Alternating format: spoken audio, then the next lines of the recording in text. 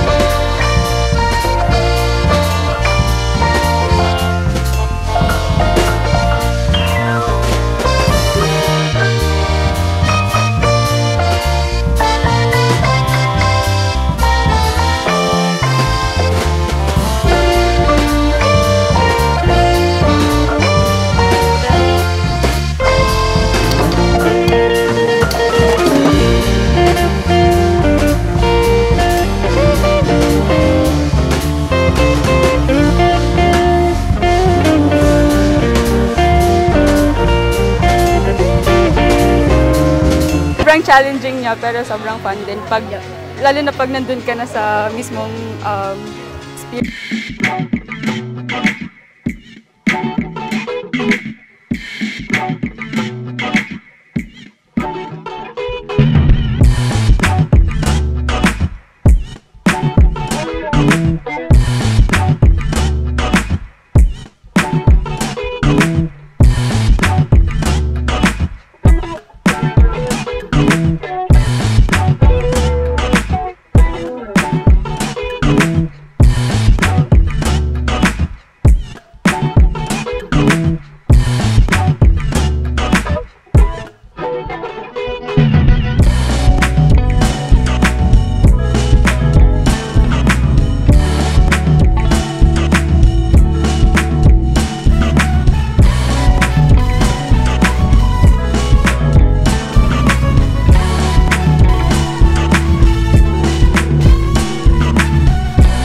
Go in at 9 a.m., time out at 9 p.m.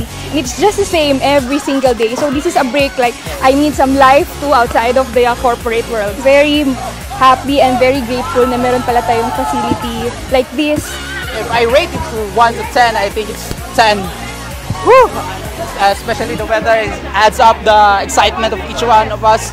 So I believe that people outside Manila should go here and let's have fun.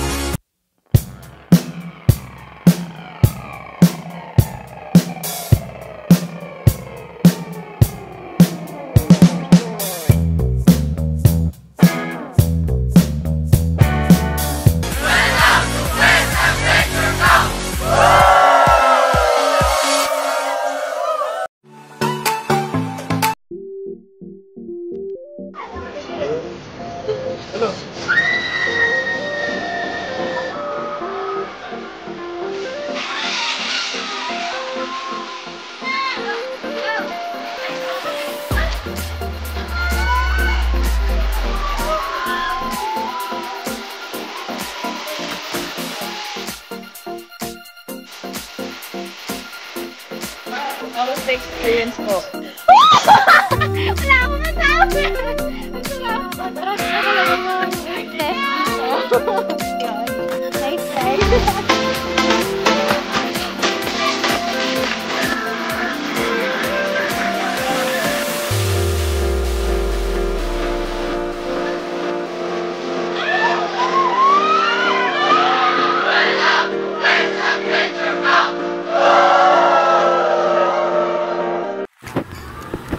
Guys, welcome ulit sa ating vlog. Ayan. So, special guest ako ngayon. And ako mag-review ng ating Quest Adventure. Ayan. So, actually, nung moment na nagpunta kami dito ni Mama, no? Tsaka ni Jilly.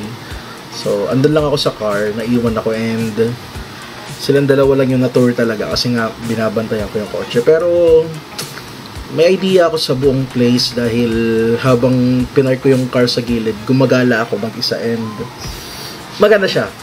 Yun yung masasabi ko. Sobrang ganda niya.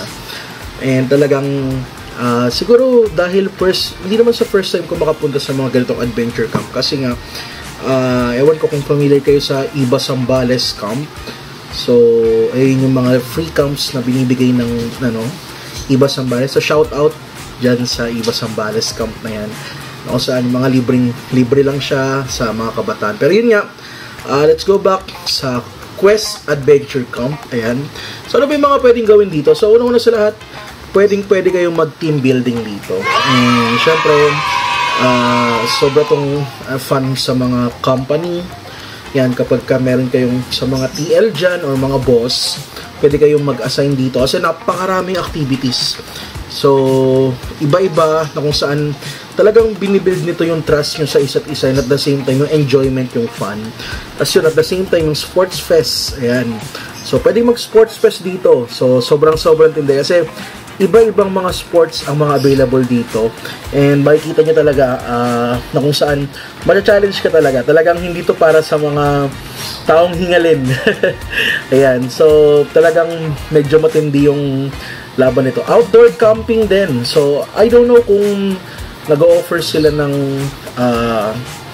ng evening. Pero I think, nag-o-offer sila ng 24 hours setup. And talagang, ang ganda niya pang camping.